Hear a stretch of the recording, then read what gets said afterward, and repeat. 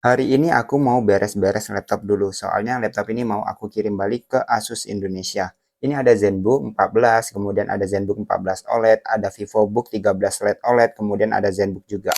Rencananya nanti mau minta diganti ke sampel produk yang baru, supaya konten-konten saya lebih up to date soal laptop Asus ya. Kalau kamu mau tanya-tanya seputar laptop Asus atau mechanical keyboard, tonton aja live aku di Shopee. Ini akunnya, aku live setiap hari. Kalau kamu lagi cari mechanical keyboard 75%, aku saranin Ajas AK820 GTS Pro ini. Suaranya enak banget. Langsung check out aja ya.